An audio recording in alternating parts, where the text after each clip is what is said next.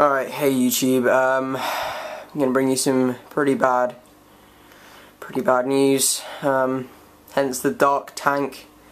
Well, that just coincides with the fact that it's night, but it also represents the fact that I've lost some fish in this tank, and I will be losing some more, and I'm going to tell you about that now. So, the root of the problem is, as you guys know, or if you don't, you new subscriber or whatever, I did a lot of work to this tank. It just had a gravel substrate. Didn't have a very good, didn't have any CO2, and the fact that there wasn't a good substrate, and I made all the wrong plant selections, and it was just a nightmare with hair algae, meant that I wanted to change the substrate to a plant substrate, so I did. I put all the fish in a big container, turned off and isolated the canister, and I set it aside for about 4 or 5 hours while I did all the work to the tank, planted all the new plants, put the new substrate in, redecorated, moved the fish back. Oh, there's my other female. Sorry, I was just looking for her. Yeah, anyway, and the canister was off. So I turned the canister back on, thinking everything's great, you know, I've lost a bit of bacteria that was settled in the substrate, but, you know, I got like 2 trays of biomax in there, which are all cycled up, and, you know, they'll be fine. So, about 2 weeks down the line, I tested my ammonia, and it was at about 1 ppm, which is quite high. I'm not keeping anything too challenging in this tank, so it wasn't a massive headache to them, but I was shocked by it, so I did immediately a 60% water change, and I know people say you shouldn't do more than 50, but whatever, I did a, sorry, my camera lens missed it off, I did a 60%, I thought, right, I need to sort something out here, and I just keep getting ammonia levels, so I don't know why this is steaming off. So I got some stress zyme, sorry, kept using stress zyme. I thought, oh, it'll sort itself out, you know, it was just a little mini cycle from the not losing the bacteria in the substrate. Well, it's turned out as being more than that, because I tested today and it's back up to 1.5 ppm, and I'm doing 2 30% water changes every week.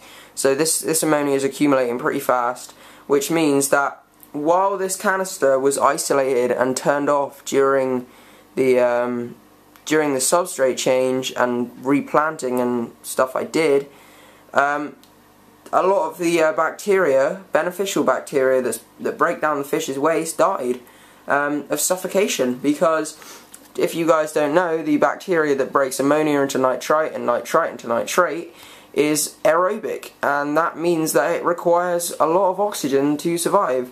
And in water, the way that oxygen is delivered to the bacteria is through flow, through water movement, agitation, circulation. All those things bring oxygen into the water, and when it was just stagnant for 4 hours, there wasn't enough oxygen in there, and the bacteria suffocated and just, you know, died off the biomax.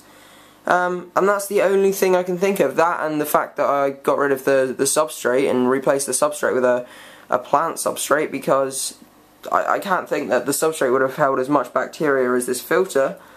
And I didn't add any other chemicals. I've been adding some Seachem stuff. I've been adding iron, trace. I started adding XL, but then I got some CO2,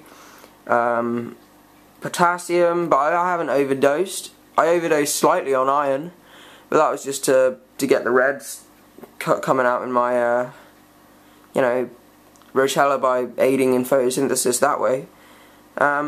But I can't think of anything else that I've done wrong. I mean, I noticed my male was acting a bit funny about 2 weeks ago, so I added a bit of Melafix, but Melafix is like one ingredient, and it's natural, and that ingredient won't kill bacteria. You know, people use it all the time. So, I don't know, but... So, my red cherry female, she was covered in ick. I didn't notice it. The fish have been hiding quite a bit. Yesterday I fed them a little bit, because I've been feeding them out once every 2 days just to try and keep on top of this ammonia level, which isn't much, I know, but they've got algae and stuff to eat, so, you know. So I fed them yesterday. I thought, well, they haven't eaten, you know, they've been eating every 2 days for a while now, so I'll feed them today as well. So I went up to the tank, and I just look at the whole tank, and like, this red cherry female is covered in ick, and her fins are all white, and like, she's just stuck to the filter intake, and I'm like, oh shit, what the hell has happened here? You know, and I don't have any clove oil to, she's still alive, breathing. I thought, right, she's suffering seriously really badly right now, she needs to be, you know, euthanized pretty quickly. And I thought, well, I don't have any clove oil, I don't have any anesthetics or anything like that, so I used the ice method, and apparently the ice method is humane because it creates ice crystals in the brain tissue, which basically numbs the entire animal and, you know, just shuts the brain down just through the, you know, freezing temperatures. Basically what I did is I got a sandwich container, filled it with ice cubes, put the fish in, buried it in ice cubes, and then put it in the freezer for about half an hour.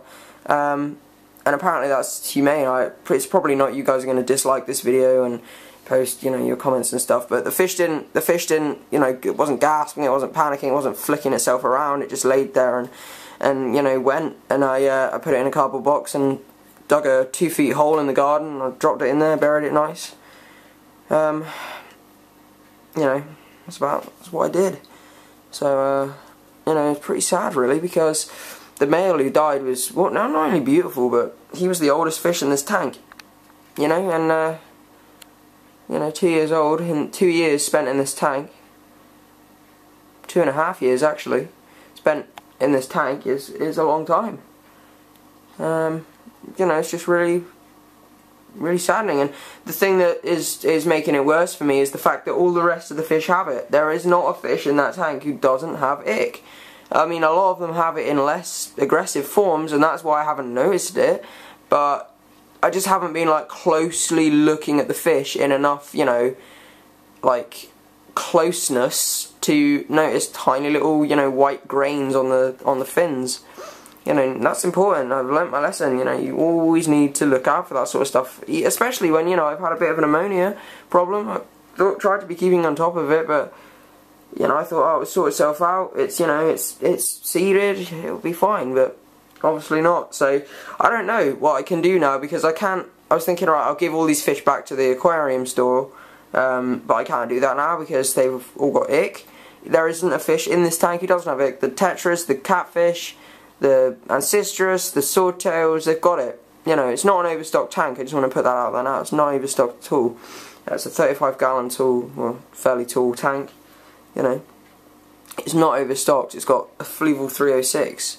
It's definitely not overstocked. So, you know, that's not the reason why I thought I'd take them back. I just thought, you know, it'd be the help with the ammonia, and I don't know. But anyway, I don't know how many more I'm going to lose. Tomorrow I'm going to go to my LFS and pick up some ick treatment, but that's just making my fucking problems worse, because ick treatments and, sorry, that's my phone, ick treatments and those sort of treatments in general kill filter bacteria, and they just kill it, because A, those sort of treatments take oxygen from the water, they decrease the oxygen carrying capacity of the water, and B, they contain chemicals in themselves that will kill the bacteria in the filter. So, you know, I'm using Mulefix, I'm using Stress Coat, I'm adding that because I'm thinking, like, you know, it's got to be doing something helpful.